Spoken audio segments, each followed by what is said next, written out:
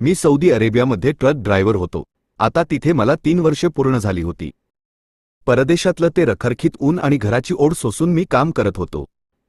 प्रत्येक महिन्याला न चुकता 2 लाख रुपये मी माझ्या घरी पाठवायचो. सुरुवातीला वाटलं होतं की मी पाठवलेल्या पैशांनी घरातील लोक सुखात राहतील, पण अलीकडे मला प्रकर्षाने हे जाणवू लागलं होतं की माझ्या घरच्यांना माझ्यापेक्षा मी पाठवलेल्या त्या 2 लाख रुपयांची जास्त ओढ आहे. मी जिवंत आहे की मेलो याच्याशी त्यांना काही देणं घेणं नव्हतं. यापेक्षा महिन्याची तारीख आणि पैशांचा आकडा त्यांना जास्त प्रिय होता. एके दिवशी मोठ्या भावाची परीक्षा घेण्यासाठी मी माझ्या एका मित्राला सांगितले की माझ्या घरी फोन करून सांग की रवीचा अचानक मृत्यू झाला आहे. त्याचा मृतदेह भारतात पाठवण्यासाठी तातडीने 20 लाख रुपये पाठवा. मी सांगितल्याप्रमाणे माझ्या मित्राने तसेच केले. फोनच्या दुसऱ्या बाजूला काही वेळ भयानक शांतता होती. त्यानंतर भावाने जे शब्द उच्चारले ते ऐकून माझ्या शरीरातील प्राणच निघून गेल्यासारखे झाले. तिकडून माझा सख्खा मोठा भाऊ म्हणाला, आमचे सर्व पैसे व्यवसायात गुंतलेले आहेत.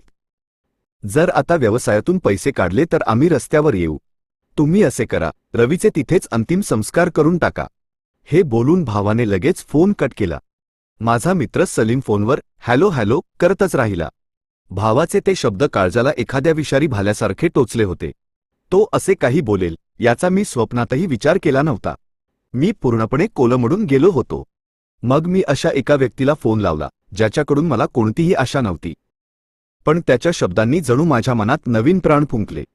माझे रक्ताचे नातेवाईक इतक्या लवकर बदलतील आणि ज्याला मी परका समजत होतो तो माझ्या हृदयाच्या इतक्या जवळ येईल असे मला कधीच वाटले नव्हते.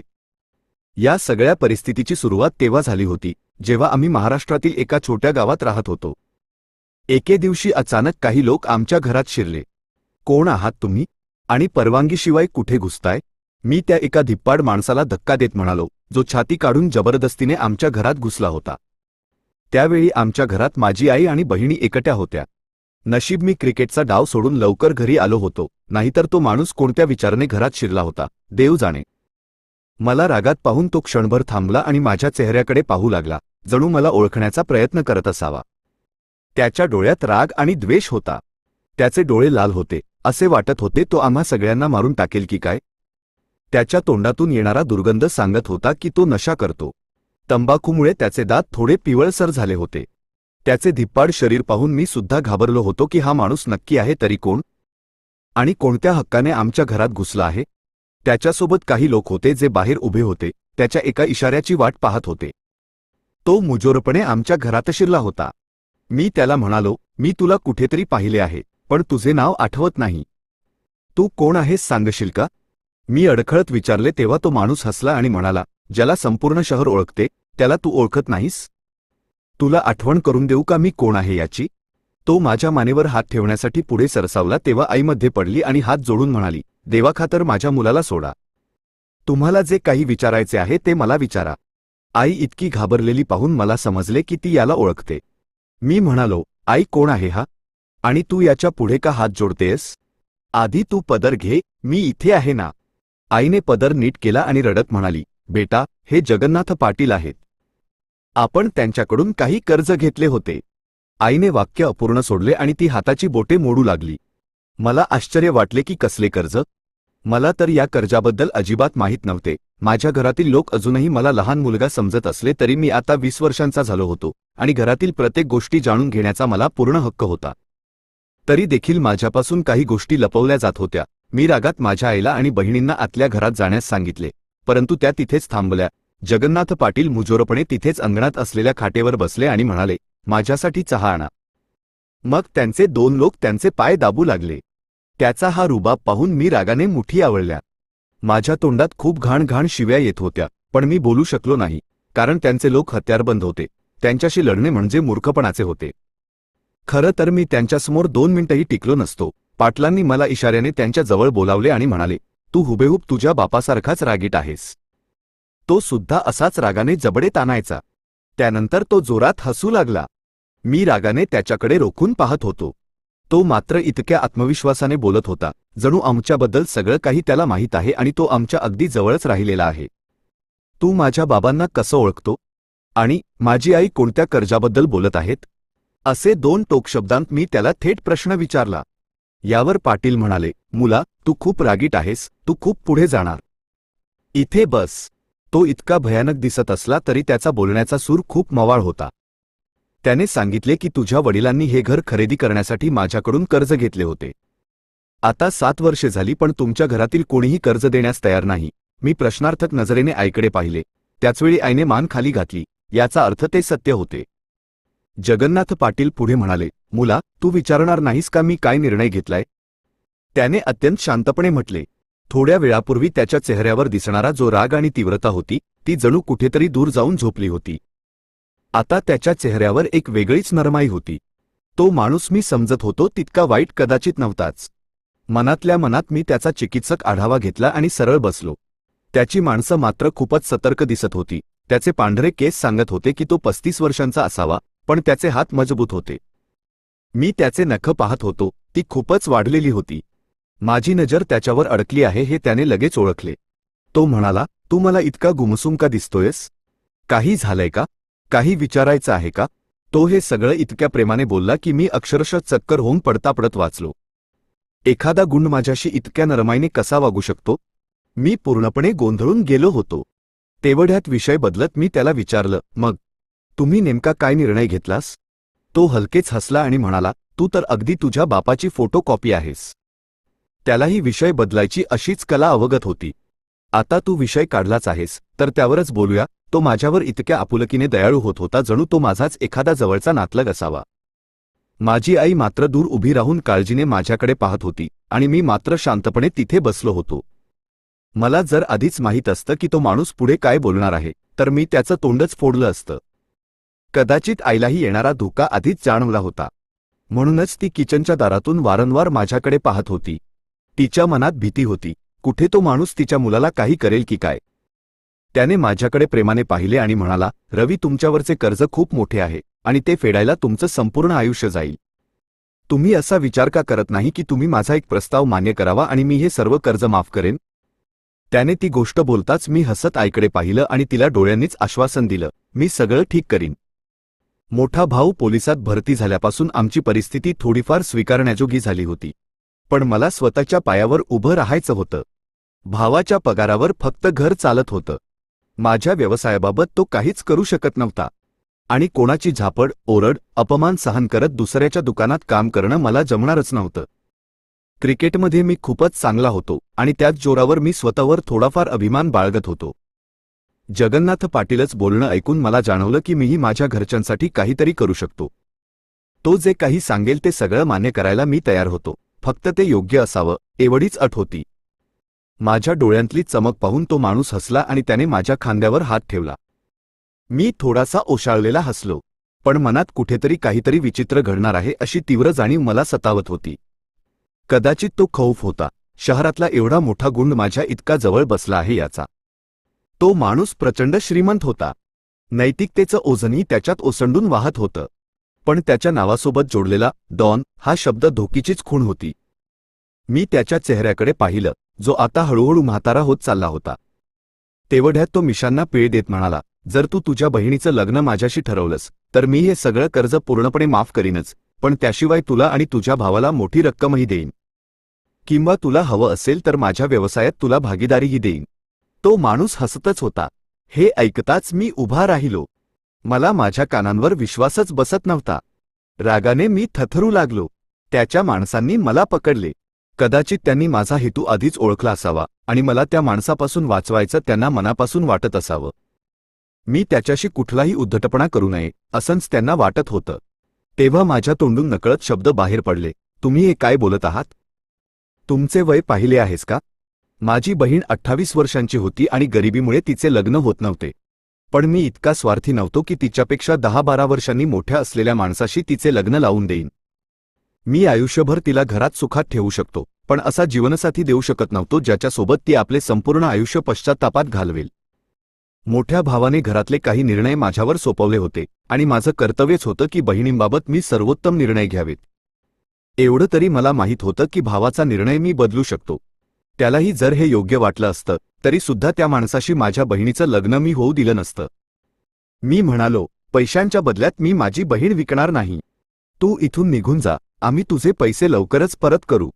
यावर पाटील एकदम चिडून म्हणाले, मुला, मुलगी पैसा बघूनच दिली जाते, माणसाची किंमत त्याच्या वयावर नाही, त्याच्या पैशावर ठरते. मी न घाबरता थेट त्याच्या डोळ्यांत पाहत राहिलो. आई धावतच बाहेर आली होती. माझी बहीण चहाचा ट्रे टेबलावर ठेवून माझ्याकडे पाहू लागली. मनीषा, आत जा, आणि मी सांगतो तोपर्यंत बाहेर येऊ नकोस, असं मी माझ्यापेक्षा 7-8 वर्षांनी मोठ्या असलेल्या बहिणीला सांगितलं. ती शांतपणे आत निघून गेली. आई मला गप्प राहायला सांगत होती, पण माझ्या मनावर ताबाच राहिला नव्हता. त्या माणसाचा कायमचा निकाल लावावा अशी तीव्र इच्छा मनात उसळत होती. पैशांच्या बदल्यात मी माझ्या बहिणीचा सौदा करणार नाही. यापेक्षा बरं तुम्ही इथून निघून जा. तुमचे पैसे आम्ही लवकरच पूर्णपणे परत करू, असं म्हणत मी त्याला निघून जाण्याचा स्पष्ट इशारा दिला. ते ऐकताच तो माणूस संतापाने माझ्याकडे घुरतच राहिला आणि म्हणाला, रवी, तू खूप वाईट प्रकारे पश्चाताप करशील. एक लक्षात ठेव की तू माझ्याशी शत्रुत्व पत्करले आहेस. मी तुला असे आयुष्य देऊ इच्छित होतो जी अनेकांची स्वप्न असतात, पण तू ते नाकारून फार मोठी चूक केली आहेस. असं म्हणत तो संतापाने गेटबाहेर निघून गेला. त्याच्या माणसांनी मला खूप समजावण्याचा प्रयत्न केला, पण मी काहीही मान्य करायला तयार नव्हतो. ते गेल्यावर मी खोलीत गेलो तेव्हा बहीण हुंदके देत रडत होती. मी तिच्या डोळ्यावर हात ठेवत म्हणालो, काळजी करू नकोस, तुला काहीही होणार नाही. आणि त्या माणसाची हिंमतच पहा, इतक्या वयाचा असून माझ्या बहिणीसाठी लग्नाचा प्रस्ताव घेऊन आला होता. मी त्याला सोडणार नाही असं मनात ठाम ठरवलं. एवढंच ऐकायचं होतं तेवढ्यात आई पुढे आली आणि माझ्या तोंडावर एक जोरदार थप्पड मारली. ती संतापात म्हणाली, आणखीन किती काळ बहिणीला असंच घरात बसवून ठेवणार आहेस? तिच्या वयाच्या मुली दोन मुलांच्या आया झाल्या आहेत. आता तिच्यासाठी असेच स्थळ येणार. किमान तिथे ती सुखी तरी राहील. आई या लग्नाला तयार होती हे ऐकून मला इतकं दुःख झालं की मी तोंड उघडं ठेवून तिथेच उभा राहिलो. बहिणीच्या बाजूने एक शब्दही माझ्या तोंडातून बाहेर पडला नाही. माझी आई असं कसं बोलू शकते? मी अजूनही अविश्वासाने आईकडे पाहत होतो. मनीषा, तुला हा संबंध मान्य आहे का? मी रागात विचारलं. तेव्हा तिने नकारार्थी मान हलवली. तेवढ्यात आई पुढे आली आणि ती मनीषाला चपलांनी मारायला लागली. मी मोठ्या कष्टाने मनीषाला तिच्यापासून वाचवलं आणि आईला ठामपणे सांगितलं, लवकरच मी सगळं ठीक करीन. हे ऐकताच आई मोठ्या आवाजात रडू लागली. तुझा बापही असंच सांगायचा, पण काहीही करू शकला नाही, आणि आज त्याच्यामुळे आपण इतक्या मोठ्या संकटात सापडलो आहोत, असे म्हणत ती रडत रडत खोलीतून निघून गेली. ती माझ्या बहिणीवर जबरदस्ती करत होती की तो संबंध स्वीकारावा. आईला वाटते होते की तो माणूस इतका प्रसिद्ध आहे आणि खूप मोठ्या लोकांशी त्याची ओळख आहे. एकीचे लग्न झाले तर उर्वरिता बहिणींसाठीही चांगले स्थळ येतील. त्यानंतर मी टेन्शनमध्ये घरातून बाहेर पडलो. मी अजून अर्ध्या रस्त्यातच होतो तेवढ्यात त्या माणसाच्या गुंडांनी माझे अपहरण केले आणि मला त्यांच्या अड्ड्यावर घेऊन आले. मुला, समजून घे, यात तुझाच फायदा आहे. तुझ्या बहिणीला मी खूप सुखात ठेवेन. माझी सगळी मालमत्ता तिच्याच नावावर करेन. तो माणूस हे बोलताना खूपच लाचार वाटत होता. मी रागाच्या भरात नाही म्हणत मान हलवली तेव्हा त्याच्या माणसाने पुढे होऊन माझ्या श्रीमुखात भडकावून दिली. तरीही तो माणूस गयावया करत म्हणाला, मान्य करून टाक, यातच तुझे भले आहे. पण मी कोणत्याही परिस्थितीत तयार नव्हतो. त्या माणसाने जगातील सर्व सुखे जरी माझ्या पायाशी आणून ठेवली असती तरी मी नकारच दिला असता. शेवटी मी माझ्या बहिणीचा सौदा कसा करू शकतो? माझा मोठा भाऊ मात्र या लग्नाच्या बाजूने होता. केवळ माझ्या विरोधामुळेच हे प्रकरण अडकले होते. म्हणूनच त्या माणसाला वाटत होते की मी कसा तरी एकदाचा तयार व्हावा, कारण मीच या लग्नातला सर्वात मोठा अडथळा होतो. कदाचित मी भावाच्या प्रगतीमध्येही अडथळा ठरत होतो, कारण त्या गुंडाचे मोठ्या राजकारण्यांशी जवळचे संबंध होते आणि सरकारी नोकरीत पदोन्नतीसाठी असे संबंध खूप कामाला येतात. माझा मोठा भाऊ कदाचित स्वार्थी झाला होता. मी मात्र माझ्या बहिणीकडे पाहत होतो, जी अशा नात्याच्या कल्पनेनेच काळवंडून गेली होती.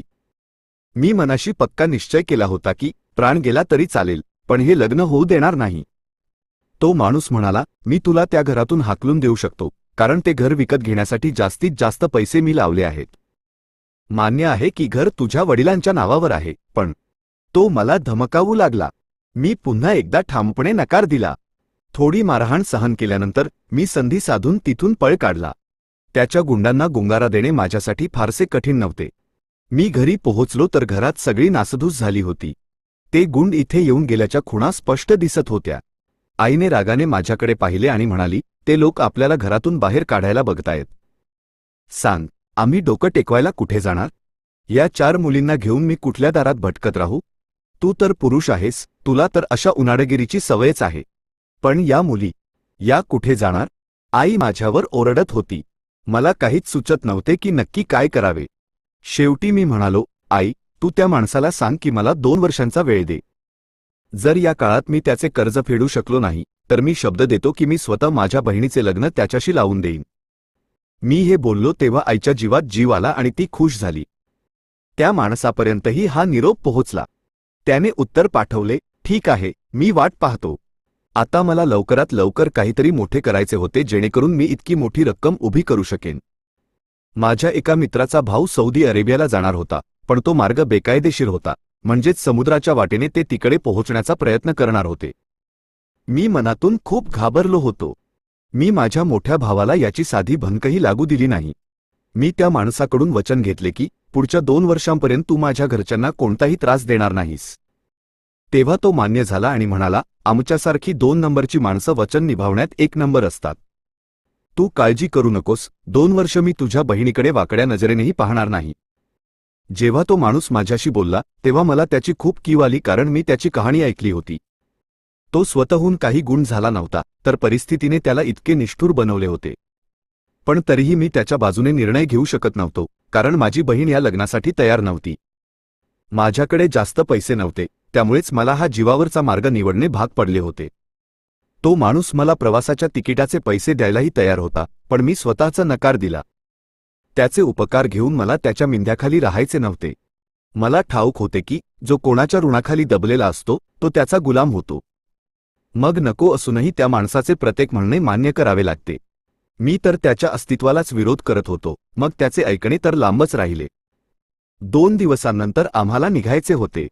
मी बहिणीकडून वचन घेतले की तू माझ्या परतण्याची वाट बघशील.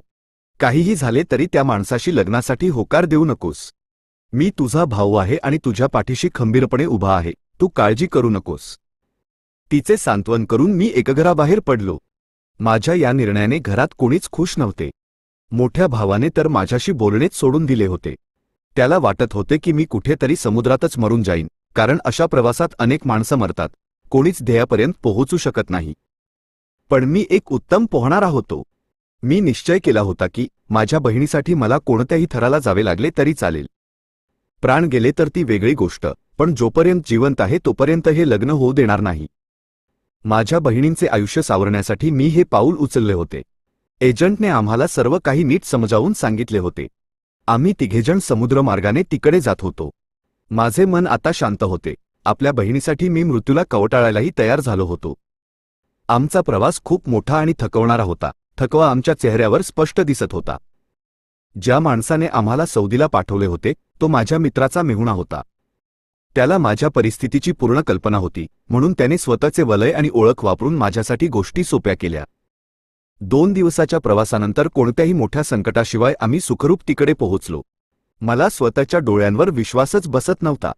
मी खरंच सौदीत होतो.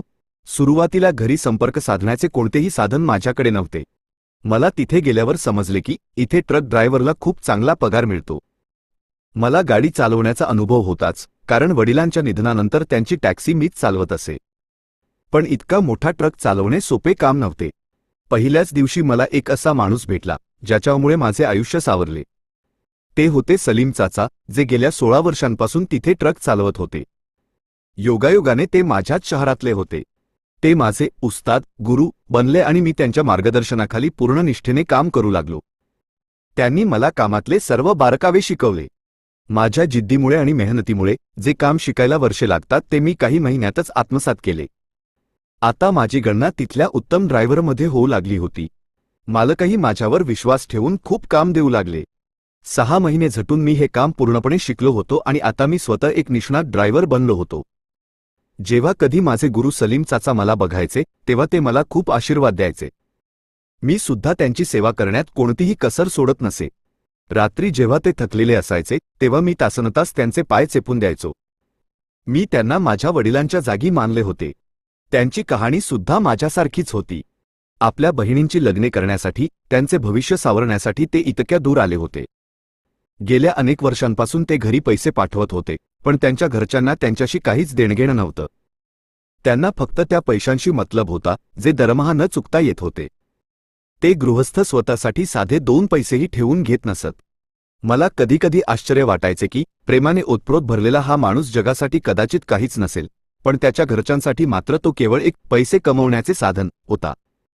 पैशांशिवाय त्यांच्या घरून कधी प्रेमळ चौकशीसाठी फोन आल्याचे मी इतक्या दिवसात कधीच पाहिले नाही. अशातच तिथे मला 6 महिने उलटून गेले होते. मला आता भीती वाटू लागली होती की घरच्यांनी मला मृत तर मानले नसेल ना. शेवटी गुरूंच्या सांगण्यावरून मी घरी फोन केला. बहिणीने फोन उचलला आणि ती रडू लागली. तिने विचारले, दादा तू सुखरूप आहेस ना? आई तुझी खूप आठवण काढते, थांब तिच्याशी बोल. मी ताईला काही विचारणार इतक्यात फोन आईकडे गेला. आई रडत म्हणाली, बाळा परत ये. आम्ही तुझ्या बहिणीचे लग्न त्या गुंडाशी करणार नाही.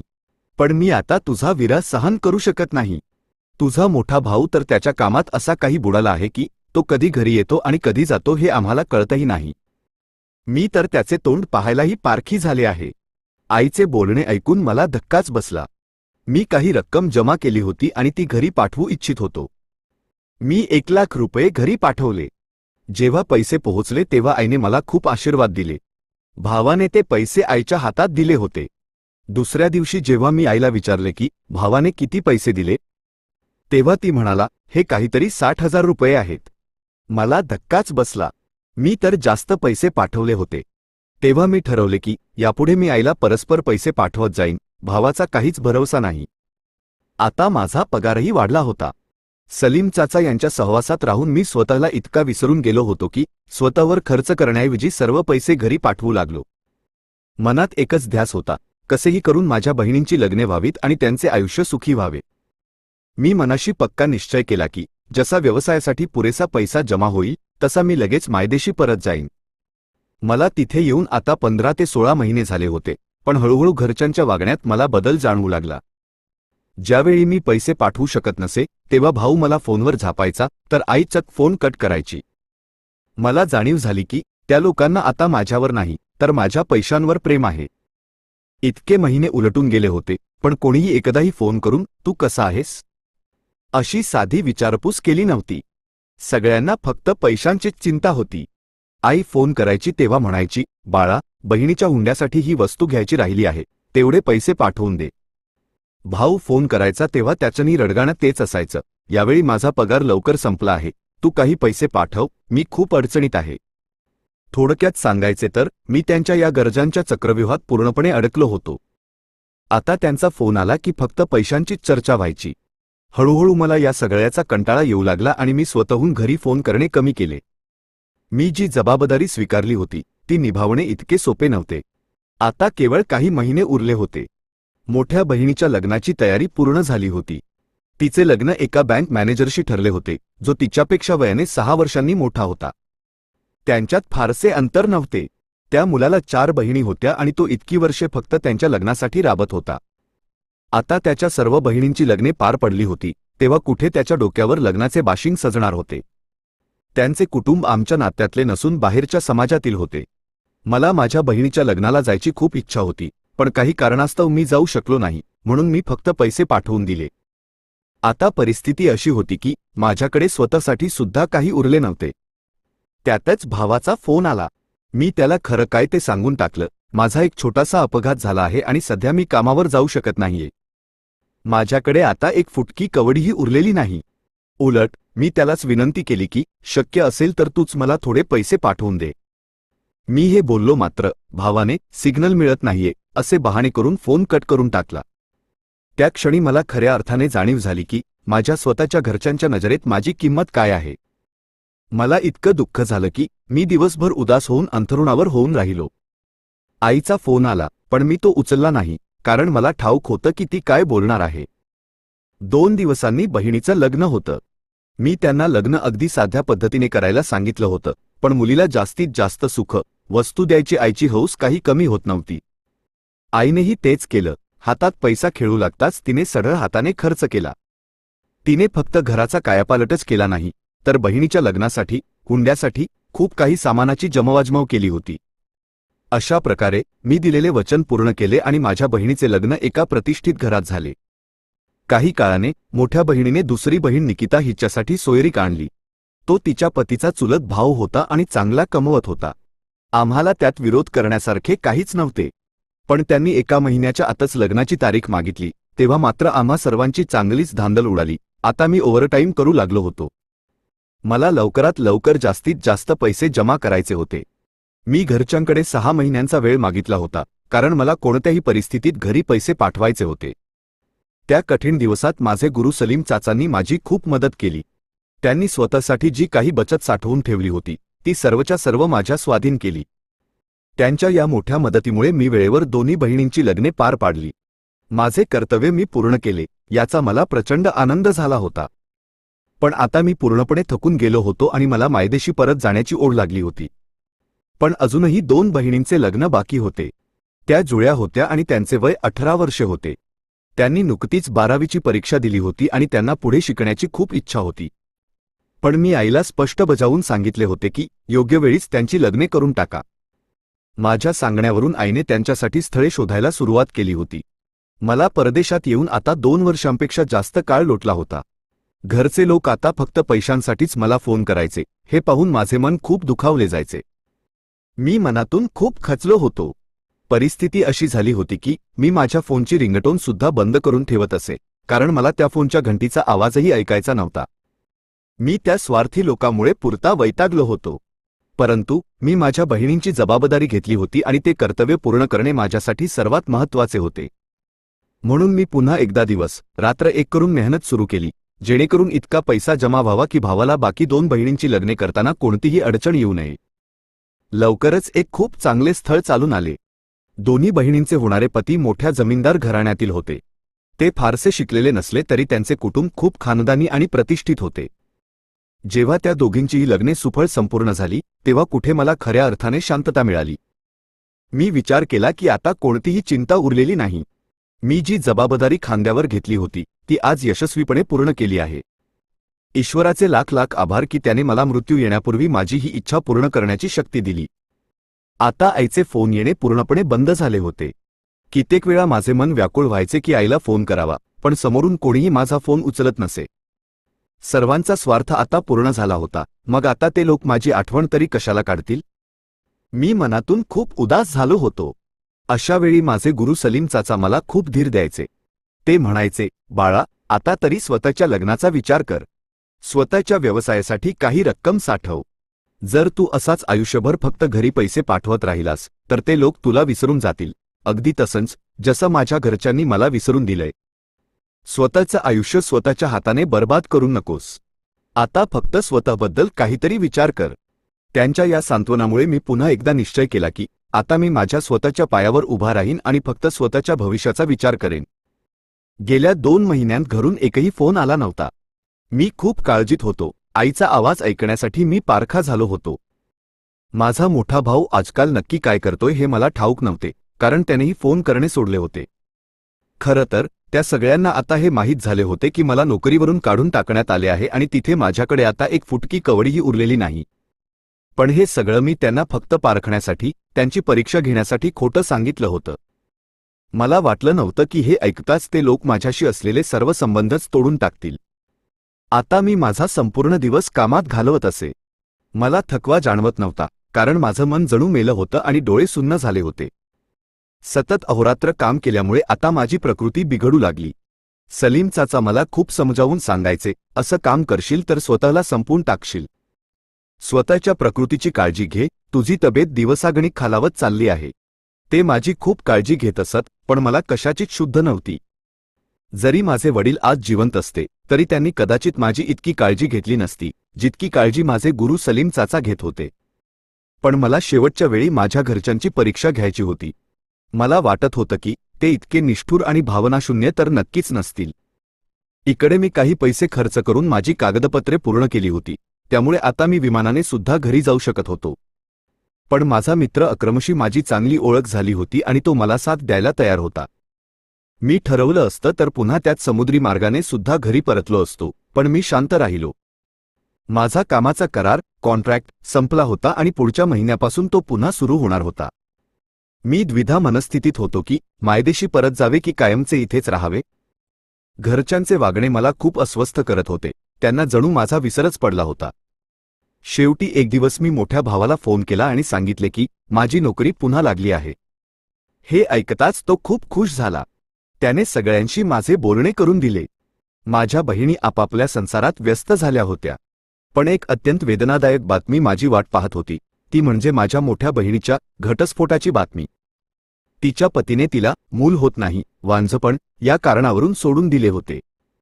ही बातमी ऐकून मी पार कोलमडून गेलो. आई फोनवर ढसाढसा रडत होती.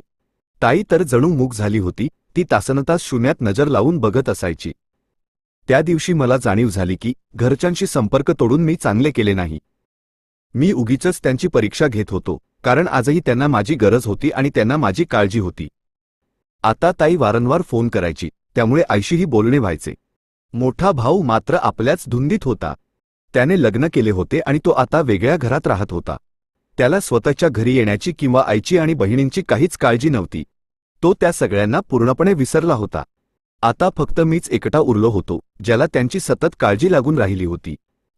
मी भावाशी जेव्हा पैशांविषयी बोलायचो तेव्हाच तो उत्साहाने फोन उचलत असे. अन्यथा तो फक्त हो नाही अशी त्रोटक उत्तरे देऊन वेळ मारून न्यायचा. त्याच्या अशा वागण्याला मी पुरता कंटाळलो होतो. महिन्याच्या शेवटी तो आवर्जून फोन करायचा, माझ्याकडून पैसे घ्यायचा, त्यातील अर्धे आईला द्यायचा आणि अर्धे स्वतःच्या खिशात घालायचा. मी फक्त माझ्या बहिणीसाठी मजबूर होतो, जिची जबाबदारी मी स्वतःच्या खांद्यावर घेतली होती. मला परदेशात येऊन आता 3 वर्षांहून अधिक काळ झाला होता. मी मनाशी पक्का निश्चय केला होता की या महिन्यात काहीही करून घरी परत जायचे. आता माझ्याकडे स्वतःचा व्यवसाय सुरू करता येईल इतकी रक्कम जमा झाली होती. पण मला शेवटच्या वेळी माझ्या घरच्यांची परीक्षा घ्यायची होती. मी त्याच विचारात असायचो की त्यांना कसे पारखावे, कारण जेव्हापासून भावाला समजले होते की माझी नोकरी पुन्हा लागली आहे तेव्हापासून त्याचे वागणे बदलले होते. आता तो स्वतःहून अधूनमधून मला फोन करू लागला होता. मला ठाऊक होते की पैशांशिवाय त्याचा दुसरा कोणताही हेतू नाही, तरीही मी त्याच्या गोड बोलण्याला भुलत असे. मला वाटायचे की जशी मी त्यांच्या फोनची वाट पाहतो तसेच तेही माझ्याशी बोलण्यासाठी आसुसलेले असतील. मग एक दिवस बातमी आली की आमच्या घरावर दरोडा पडला आणि सर्व काही चोरीला गेले आहे. आई आणि बहिणीशी माझे सध्या थेट बोलणे होत नसे. भाऊ जेव्हा कधी घरी जाई तेव्हाच माझे त्यांच्याशी बोलणे करून द्यायचा. एके दिवशी मी मुद्दाम भावाला सांगितले की मला काही पैसे पाठवायचे आहेत. हे ऐकताच तो खूप खुश झाला आणि माझ्याशी अत्यंत प्रेमाने बोलू लागला. त्यावेळी माझे गुरु माझ्या शेजारीच बसले होते. ते उपरोधिकपणे हसले आणि म्हणाले, किती विचित्र गोष्ट आहे ना रवी. इतिहास पुन्हा स्वतःला अधोरेखित करतोय. आधी सलीम होता आणि आता रवी आहे. पण कथा तीच आहे आणि पात्रेही तीच आहेत. ते कधीकधी अशा गूढ आणि साहित्यासारख्या गोष्टी बोलायचे की मी थक्क व्हायचो. तेव्हा ते पुढे म्हणाले, तू बरोबर बोलत होतास रवी. तुला एकदा तुझ्या घरच्यांची खरी परीक्षा घ्यायलाच हवी. सलीम चाचा कधीकधी खूपच गंभीर आणि गोड बोलायचे. जेव्हा त्यांनी घरच्यांच्या परीक्षेची गोष्ट काढली तेव्हा मी माझा प्लॅन सांगितला. मी त्यांना माझ्या भावाचा नंबर दिला आणि म्हणालो, चाचा, माझ्या भावाला फोन करा आणि सांगा की रवीचा कामावर असताना मृत्यू झाला आहे. आणि जर त्याचे देह तुम्हाला हवे असेल तर त्यासाठी 5 लाख रुपये पाठवावे लागतील, तरच आम्ही त्याचा देह तुमच्या स्वाधीन करू शकू. सुरुवातीला सलीम चाचा हे असे बोलायला तयारच नव्हते. त्यांना परीक्षा तर घ्यायची होती, पण माझ्या मृत्यूचे खोटे नाटक रचून नाही. मी आधीच सांगितले आहे की ते माझ्यावर स्वतःच्या मुलासारखे प्रेम करायचे. बहिणींच्या लग्नानंतर त्यांना कधी स्वतःचे आयुष्य सावरण्याचा विचारच शिवला नाही. जेव्हा जेव्हा त्यांनी त्यांच्या घरच्यांशी स्वतःच्या परतण्याबद्दल चर्चा केली तेव्हा त्यांना प्रत्येक वेळी हेच ऐकवून गप केले जायचे की आधी बहिणींचा विचार कर, मग स्वतःचा निर्णय घे. बहिणींची लग्ने झाली आणि आई वारली तेव्हा सलीम चाचांचा कोणालाच विचार आला नाही. त्यांना माझं आयुष्य तसं बर्बाद होऊ द्यायचं नव्हतं. शेवटी मी खूप गयावया करून त्यांना मनवले आणि ते तयार झाले. आम्ही ठरवले की उद्याच माझ्या भावाला फोन करायचा. माझा भाऊ, जो माझ्या पैशांच्या फोनची आतुरतेने वाट पाहत होता, त्याला आता खूप मोठा धक्का बसणार होता. चाचा माझ्या समोरच बसले होते. त्यांनी माझ्या भावाचा नंबर फिरवला. पलीकडून फोन उचलला जाताच ते जड आवाजात म्हणाले, तुझ्या भावाचा रवीचा अपघातात मृत्यू झाला आहे. उसका देह हवा असेल तर एवढे पैसे पाठवावे लागतील. गुरुजींचे हे वाक्य पूर्ण व्हायच्या आतच माझ्या भावाने फोन कट करून टाकला. अशा कठीण प्रसंगी ज्या माणसाकडून मला सहानुभूतीची आणि आधाराची अपेक्षा होती त्याने साधी विचारपूस न करता संपर्क तोडून टाकला होता. माझ्याकडे अजून एक नंबर होता जो मला पारखायचा होता. तो नंबर कोणा दुसऱ्याचा नसून त्यात जगन्नाथ पाटील त्या गुंडाचा होता, ज्याला माझ्या बहिणीशी लग्न करायचे होते. आम्ही त्याला फोन लावणार इतक्यात माझ्या भावाचा पुन्हा फोन आला. तो ओरडून सांगत होता, यापुढे मला या नंबरवरून फोन करू नका. मी कोणा रवीला ओळखत नाही. भावाचे हे शब्द ऐकून माझ्या उरल्यासुरल्या आशाही मातीला मिळाल्या. ज्या भावासाठी मी रक्ताचं पाणी केलं, जो आतापर्यंत याच नंबरवरून माझ्याकडून पैसे घेत होता, तो आज मला ओळखायलाही नकार देत होता. मला माझ्या बहिणीशी बोलायचे होते, पण मग आठवले की त्यांचे मोबाईल तर चोरीला गेले आहेत. माझ्या रक्ताच्या नात्यातलं कोणीही माझ्यासाठी साधे पैसे खर्च करायला तयार नव्हते. मी पूर्णपणे कोलमडलो होतो. मला माझी मोठी बहीण मनीषाकडून थोडी अपेक्षा होती. मला वाटलं ती खूप रडेल, कारण तिचं आयुष्य सावरण्यासाठीच मी परदेशाची वाट धरली होती. पण तिच्याशी संपर्क होऊ शकत नव्हता. मी अक्षरशः तुटलो होतो. कसाबसा स्वतःला सावरून मी उठलो आणि शेवटचा प्रयत्न म्हणून जगन्नाथ पाटीलला फोन लावला. तोच माणूस ज्याच्याशी मला माझ्या बहिणीचे लग्न लावून द्यायचे नव्हते. माझ्याकडे जितक्या जवळच्या लोकांचे नंबर होते, त्या सगळ्यांनी आपल्या वागण्यातून मला जिवंतपणी मारले होते. आता फक्त हा एकच नंबर उरला होता. जगन्नाथ पाटीलने पहिल्याच रिंगला फोन उचलला. तो अतिशय घाबरलेल्या आवाजात म्हणाला, रवी, मुला तू ठीक तर आहेस ना? मी गेल्या अनेक दिवसांपासून बघतोय, तुझं स्टेटस दिसत नाहीये, तुझा काहीच पत्ता नाहीये. मला खूप काळजी वाटत होती. मान्य आहे की तू माझा तिरस्कार करतोस, पण तुझे वडील आणि मी खूप जुने मित्र होतो. असं समज की तू मला माझ्या स्वतःच्या मुलांसारखा प्रिय आहेस. जगन्नाथ पाटील मी काहीही न बोलता स्वतःहूनच बोलू लागला. हे ऐकून मी सलीम चाचांकडे पाहिले. ते आधी थोडे हसले, पण लगेच आपल्या चेहऱ्यावरील भाव गंभीर करत ते पाटीलशी बोलू लागले. ते म्हणाले, तुमचा नंबर रवीच्या मोबाईलमध्ये होता. रवी आता या जगात राहिलेला नाही. त्याच्या घरच्यांनी तर त्याचा मृतदेह स्वीकारायलाही नकार दिला आहे. ते म्हणतायत की तिथेच अंतिम विधी करून टाका. जर तुम्ही पैसे पाठवले तरच आम्ही त्याचे पार्थिव घरी पाठवू शकू, नाहीतर आम्हाला इथेच त्याचे अंत्यसंस्कार करावे लागतील. जेव्हा चाचांनी हे सांगितले, तेव्हा पलीकडून जगन्नाथ पाटील लहान मुलासारखा धाय मोकळून रडू लागला. तो ओरडून म्हणाला, हे तुम्ही काय सांगताय? तो असा कसा मरू शकतो? 6 दिवसांपूर्वीच तर माझं त्याच्याशी बोलणं झालं होतं. तो अगदी ठणठणीत होता. त्याला नक्की झालं काय? मी स्वतः सौदीला येतोय. तुम्ही मला भेटा. मी स्वतः तिथे येऊन त्याचे पार्थिव घेऊन जाईन. बघा, खूप चांगला मुलगा होता तो. जगन्नाथ पाटीलचे हे बोलणे ऐकून मी अवाक झालो. मी त्याला आयुष्यात फक्त 2दा भेटलो होतो, तरीही तो माझ्यासाठी असा व्याकुळ झाला होता जणू मी त्याचा सख्खा नातेवाईक असावा.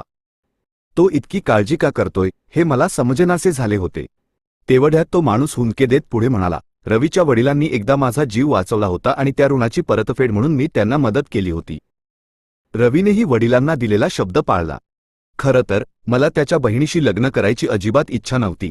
हे तर त्याच्या मोठ्या भावाने मला उकसवले होते. पण बघा, रवी किती जबाबदार मुलगा होता. इतक्या कमी वयात त्याने आपल्या बहिणींचे आयुष्य सावरण्यासाठी कोणतीही कसर सोडली नाही. जगन्नाथ पाटील माझ्याबद्दल इतक्या आदराने आणि श्रद्धेने बोलत होता की माझ्या कानांवर विश्वासच बसत नव्हता. ज्याला मी गुंड समजून तिरस्कार केला, तोच माणूस आज माझ्या रक्ताच्या नात्यापेक्षा जास्त जिव्हाळा दाखवत होता.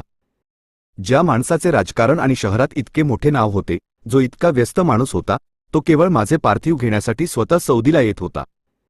आणि दुसरीकडे माझा स्वतःचा सख्खा भाऊ होता, ज्याने मला ओळखायलाही नकार दिला होता. माझ्या बहिणी म्हणाल्या की तिथेच अग्नी देऊन टाका. हा माणूस नक्की होता तरी काय? शहरातला एवढा मोठा माणूस, ज्याचा दरारा संपूर्ण परिसरात होता, तो माझ्यासाठी हे सर्व करत होता. मी पूर्णपणे सुन्न झालो होतो. ज्या माणसाला मी आजवर तुच्छ लेखले, त्याने कठीण काळात माझी जबाबदारी स्वीकारली होती. हे उपकार मी कसे फेडणार हेच मला समजत नव्हते. सलीम चाचांनी फोन ठेवल्यावर मी ढसाढसा रडत होतो. माझ्या स्वतःच्या रक्ताच्या माणसांनी मला जिवंतपणी मारले होते व माझी ही अवस्था केली होती. आणि ज्याला मी नीच समजत होतो, तो आज माझ्या नजरेत इतका थोर झाला होता की त्याच्या थोरवीपर्यंत मी कधीच पोहोचू शकणार नव्हतो. मी चाचांना पुन्हा विनवणी केली की एकदा शेवटचा प्रयत्न म्हणून माझ्या भावाला पुन्हा फोन करा. मी आतापर्यंत त्याला लाखो रुपये पाठवले होते. कदाचित त्याच्या मनात कुठेतरी थोडी तरी माया जागी होईल. पण जेव्हा गुरुजींनी पुन्हा फोन लावला, तेव्हा समजले की भावाने तो नंबरच ब्लॉक केला होता. मी रात्रभर त्याला फोन लावण्याचा प्रयत्न केला, पण त्याने एकही फोन उचलला नाही. मला त्याला ओरडून सांगायचे होते की दादा, मी जिवंत आहे आणि घरी परत येतोय. ही तर फक्त तुझी परीक्षा होती. पण संवाद साधण्याचे सर्व मार्ग बंद झाले होते. अशातच एक दिवस उलटला आणि जगन्नाथ पाटील खरोखरच सौदीत दाखल झाला. तो इतक्या तातडीने तिथे कसा पोहोचला हे मला ठाऊक नव्हते, पण जे कोणालाही जमले नाही ते त्याने करून दाखवले होते. जेव्हा त्याने मला जिवंत पाहिले, तेव्हा तो धावतच माझ्याकडे आला. आश्चर्याने तो माझ्या चेहऱ्याला स्पर्श करून बघू लागला आणि म्हणाला, "अरे रवी, तू तर जिवंत आहेस." हे ऐकताच माझे डोळे भरून आले आणि मी रडत रडत त्याला घट मिठी मारली. जवळून पाहिले तेव्हा लक्षात आले की जगन्नाथ पाटील आता पूर्वीसारखा राहिला नव्हता, तो बराच बदलला होता. त्याचे वजन आता बरेच कमी झाले होते आणि तो पूर्वीपेक्षा कितीतरी पटीने अधिक प्रभावशाली आणि देखणा दिसत होता. त्याने स्वतःमध्ये खूप बदल घडवून आणला होता. मी त्याला म्हणालो, "मी तर फक्त तुमची परीक्षा घेत होतो आणि तुम्ही माझ्यासाठी इतक्या दूर निघून आलात?" तेव्हा तो सुस्कारा सोडून म्हणाला, "रवी, मी तुला माझी कहाणी आधीही सांगितली आहे. कोणताही माणूस जन्मतः गुण नसतो. परिस्थितीच माणसाला अशा वळणावर आणून उभे करते की जगाच्या नजरेत तो गुन्हेगार ठरतो." मी अवघा 5 वर्षांचा होतो जेव्हा माझे वडील वारले. माझी आई अत्यंत सुंदर होती. तिला पाहून कोणी म्हणणारही नाही की ती एका 5 वर्षांच्या मुलाची आई आहे. ती एखाद्या 16 ते 17 वर्षांच्या निरागस मुलीसारखी दिसायची. आमच्या शेजारपाजारचे लोक तिच्याकडे चांगल्या नजरेने पाहत नसत, कारण तिने आणि माझ्या वडिलांनी पळून जाऊन लग्न केले होते. ज्या भाड्याच्या खोलीत आम्ही राहायचो त्याचे भाडे त्या काळात खूप जास्त होते. माझ्या आईने लोकांच्या घरी धुणीभांडी करायला सुरुवात केली. तिला लोकांच्या घाणेरड्या नजरा आणि विचित्र टोमणे सहन करावे लागायचे. पण मला एक चांगला माणूस बनवण्याच्या जिद्दीपोटी ती हे सर्व निमूटपणे सोसत राहिली. अगदी आजारपणातही तिला टीबी, क्षयरोग झाला असताना सुद्धा तिने काम सोडले नाही. ती तीन घरांमध्ये राबायची. तिच्या कष्टाची ही कथा सांगताना पाटीलचे डोळे पाणावले होते. तो पुढे सांगू लागला की कशा प्रकारे त्या माऊलीने स्वतःच्या रक्ताचे पाणी करून त्याला वाढवले, पण जगाच्या निष्ठुरतेने त्याला कोणत्या मार्गावर आणून सोडले. तो पुढे सांगू लागला, "असेच अजून 5 वर्षे उलटून गेली. मी माझ्या अभ्यासावर खूप लक्ष केंद्रित करत होतो आणि आईला हातभार लावण्यासाठी एका हॉटेलवर काम करू लागलो. तिथे सर्व मला छोटू म्हणायचे. त्या कामातील संघर्षानेच आज मला या पदापर्यंत आणून सोडले आहे. मला माहीत होते की आमच्या घरमालकाची नजर माझ्या आईवर चांगली नव्हती. अनेक वेळा मी त्याला टोकले सुद्धा होते. एके दिवशी आईची तब्येत खूप बिघडली होती. तिची इच्छा होती की मी तिच्या जवळच बसून राहावे, पण माझं मन मात्र धावत जाऊन डॉक्टरला बोलावून आणण्यासाठी आसुसले होतं. मला डॉक्टरांना विचारायचे होते की तिला नक्की झालंय काय, पण आईला कदाचित मृत्यूची चाहूल लागली होती. तिला वाटत होतं की मी तिच्या जवळ बसून तिचे शेवटचे क्षण तिच्यासोबत घालवावेत. जर मला माहीत असतं की ती इतकी आजारी आहे की यानंतर मी तिला कधीच पाहू शकणार नाही, तर मी तिला सोडून क्षणभरही कुठे गेलो नसतो. त्या दिवशी पाऊस खूप जोरात पडत होता. मी धावत जवळच्या मेडिकल स्टोअरपर्यंत गेलो आणि औषधे घेतली. पावसामुळे मी रस्त्यात अनेक वेळा पडलो. एकदा तर माझा अपघात होता वाचला. जेव्हा मी औषधे घेऊन धापा टाकत घरात शिरलो तेव्हा तो घरमालक शरच्या गुंड्या लावत तिथून बाहेर पडत होता. तो पूर्णपणे नशेत धुंद होता. मी आत गेले आणि पाहिले तर आईची अवस्था बघवत नव्हती. त्या नराधमाने माझ्या आईसोबत खूप चुकीचे कृत्य केले होते. तेव्हा मला समजले की तो नराधम माझ्या आईला किती काळापासून असाच छळत आला होता. माझी आई माझ्यासाठी कोणत्या नरकायातना सहन करत होती याची मला साधी कल्पनाही नव्हती. आईने त्या दिवशी जगाचा निरोप घेतला. पण रवी, त्या दिवसापासून मी सर्व असहाय्य स्त्रियांचा आधार बनण्याचा निश्चय केला आणि तिथूनच जगन्नाथ पाटीलचा हा नवा प्रवास सुरू झाला. पुढे तो सांगू लागला, "त्या दिवशी रागाच्या भरात मी तिथेच पडलेली एक वीट उचलली आणि त्या घरमालकाच्या डोक्यात घातली. तो जागीच ठार झाला." एकाच दिवशी मी 2 व्यक्तींना गमावले. एक जिच्यावर मी जीवापाड प्रेम करत होतो, माझी आई, आणि दुसरा ते अस्तित्व जे सुरुवातीपासूनच माझ्यासाठी तिरस्कारास पात्र होतं. मी लहान असल्यामुळे मला बालसुधारगृहात आणि नंतर तुरुंगात पाठवण्यात आले. माझी उघडी डोळे स्वप्न पाहत होती की मी शिकून मोठा माणूस बनेन आणि आईचे नाव मोठे करेन, पण नशिबात 10 वर्षांची कैद लिहिली होती. तुरुंगात असताना मी माझ्या आईबद्दल लोकांकडून खूप वाईट गोष्टी ऐकायचो. अनेकदा मी तिथल्या गुंडांशी यावरून भिडलो. माझ्या मनात जो संताप होता तो शांत होण्याचे नावच घेत नव्हता. ते लोक माझ्या आईबद्दल घाणेरडे शब्द वापरायचे. एक माणूस तर तिला कलंकित म्हणायचा. एके दिवशी रागाच्या भरात मी त्या माणसाचाही खून केला. त्यानंतर मी अशा प्रत्येक माणसाचा बदला घ्यायला सुरुवात केली जो स्त्रियांना त्रास द्यायचा किंवा त्यांच्यावर वाईट नजर ठेवायचा. हळूहळू लोकांच्या मनात माझ्याबद्दल दहशत निर्माण झाली. जेव्हा मी तुरुंगातून बेलवर बाहेर आलो तेव्हा आमची एक छोटी टोळी तयार झाली होती. हे तेच लोक होते जे तुरुंगात माझ्यासोबत होते. बाहेर आल्यावर आमची मैत्री अधिक घट्ट झाली. आम्ही स्त्रियांच्या अब्रूचे रक्षण करायचो, पण जगाच्या नजरेत मात्र आम्ही गुंड होतो. अशीच अनेक वर्षे निघून गेली. याच काळात तुझ्या वडिलांसोबत माझी मैत्री झाली. त्यांनी एकदा माझा जीव वाचवला होता. इतकेच नाही तर त्यांनी स्वतःचे पैसे खर्च करून माझ्यावर उपचारही केले होते. तेव्हापासून मी त्यांचा कायमचा ऋणी झालो. पुढे त्यांनी स्वतःचे घर बांधण्यासाठी माझ्याकडून काही पैसे उधार घेतले होते. तुझ्या वडिलांना घर बांधायचे स्वप्न पूर्ण करायचे होते, पण साधनांच्या कमतरतेमुळे ते स्वप्न सत्यात उतरत नव्हते. मग त्यांचे रक्षण करणे हे माझे कर्तव्यच होते. जे लोक इतरांचा हक्क हिरावून घेत असत, मी त्यांच्याकडून त्यांचा हक्क हिसकावून घेण्यास सुरुवात केली. काही लोकांच्या नजरेत मी मसीहा होतो, तर बाकी लोक मला गुंड, मवाली म्हणायचे. मला त्याने काहीच फरक पडत नव्हता. घरातून पळून गेलेल्या सुमन पाटील सारखं आयुष्य कुणाच्याही वाट्याला येऊ देणं मला मान्य नव्हतं. तिने अपमान, हालपेष्टा आणि वेदनांनी भरलेलं आयुष्य जगलं आणि शेवटच्या क्षणीसुद्धा तिला मनःशांती लाभली नाही. हो, ती माझी आई होती. पुरुष असूनही मी तिचं रक्षण करू शकलो नाही, कारण त्यावेळी माझ्या हातात कोणताही अधिकार नव्हता. रवी, तुझ्यात मला माझंच प्रतिबिंब दिसतं. म्हणूनच तुला मदत करण्यासाठी मी इथपर्यंत आलो आहे. मी आता गुन्हेगारी सोडली आहे. मी आता लोकांची मदत कायदेशीर मार्गाने करतो. मी एक अनाथाश्रम उघडला आहे आणि आता तोच चालवतोय. परिसर बदलला आहे आणि आता लोक मला चांगला माणूस समजू लागले आहेत.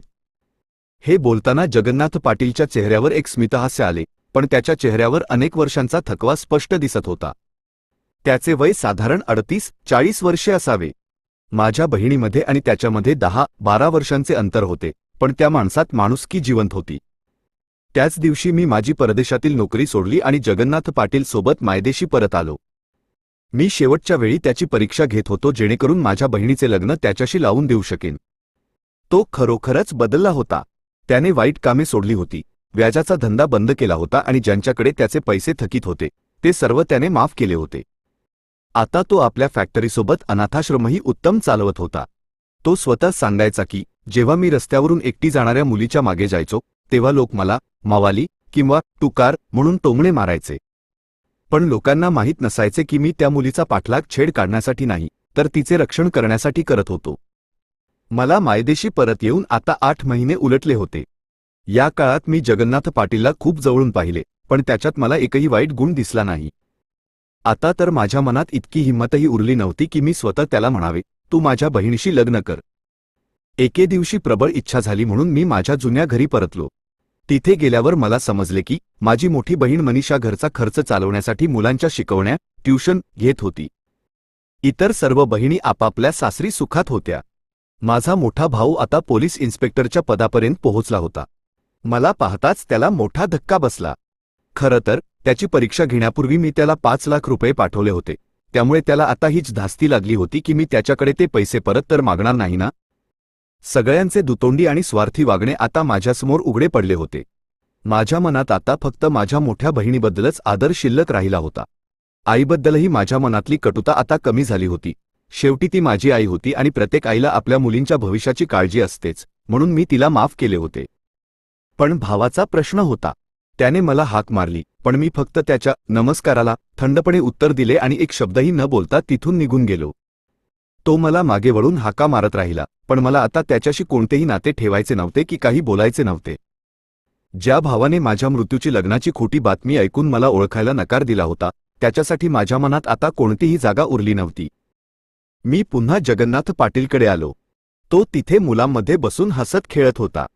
मी त्याच्या जवळ गेलो आणि म्हणालो, मी आयुष्यभर तुमचा ऋणी राहीन. तो मृदू हसून म्हणाला, अशी कोणती विनंती आहे रवी, जी मी मान्य करणार नाही असं तुला वाटतंय? मी तुला माझ्या सख्ख्या मुलाचा दर्जा दिला आहे. तू जे काही सांगशील ते पूर्ण करणं हे आता माझं कर्तव्य आहे. तो नेहमीप्रमाणेच अत्यंत प्रेमाने बोलत होता. मी पुढे होऊन त्याला घट्ट मिठी मारली आणि म्हणालो, तुम्ही माझ्या मोठ्या बहिणीशी लग्न करा. हे ऐकताच तो स्तब्ध झाला आणि माझ्याकडे पाहतच राहिला. काही वेळाने तो गंभीर होऊन म्हणाला, रवी, आता माझं लग्नाचं वय निघून गेलं आहे.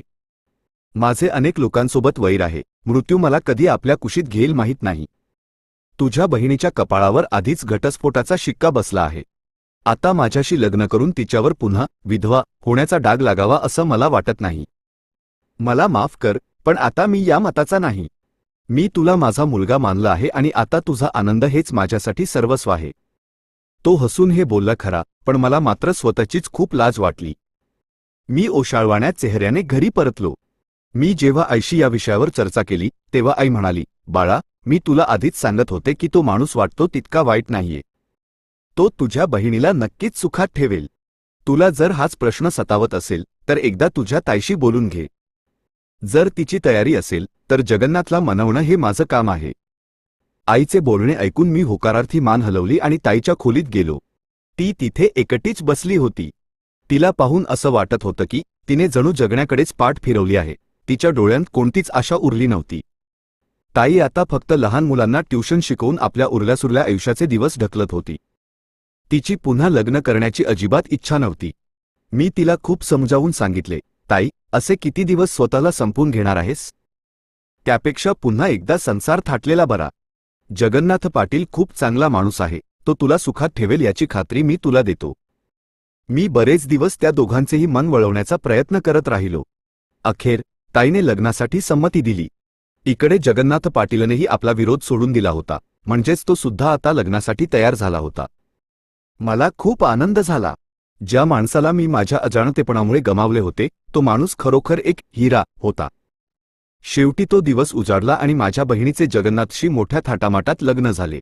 लग्नानंतर जगन्नाथने आपली फॅक्टरी ताईच्या नावावर करण्याची इच्छा व्यक्त केली, पण ताईने त्याला नम्रपणे नकार दिला. आज ते दोघेही अतिशय सुखी आणि समाधानी आयुष्य जगत आहेत. माझी बहीण आता एका गोंडस मुलाची आई झाली आहे. जगन्नाथ पाटीलसारखा जोडीदार मिळाल्यामुळे ती जणू पुन्हा नव्याने आपले आयुष्य जगू लागली आहे. एके दिवशी योगायोगाने ताईचा पहिला पती भेटला. तेव्हा एक धक्कादायक सत्य समोर आले. खरे तर दोष ताईमध्ये नव्हता, तर तिचा पहिला पतीच बाप बनण्यास असमर्थ होता. त्याने स्वतःचे व्यंग लपवण्यासाठी ताईवर वांज असल्याचा खोटा आरोप करून तिला सोडून दिले होते. पण ईश्वराचा न्याय बघा, आज ताई एका सुखी कुटुंबाची स्वामिनी आहे, तर तिचा पहिला पती आजही आपल्या कर्माची फळे भोगत एकाकी आयुष्य जगत आहे. मी माझे कर्तव्य पूर्ण केले होते. माझ्या बहिणींचे आयुष्य सावरले होते आणि मला जगन्नाथ पाटीलसारखा एक देवमाणूस मार्गदर्शक म्हणून मिळाला होता. अशा प्रकारे ज्या माणसाचा मी एक गुण समजून द्वेष केला होता तोच माझ्या कुटुंबाचा खरा रक्षक ठरला.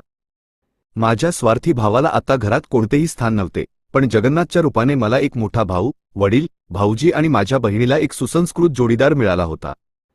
जर तुम्हाला ही कथा अगदी मनापासून आवडली असेल तरच आपल्या चॅनलला लगेच सबस्क्राईब करा. धन्यवाद. आभारी आहोत.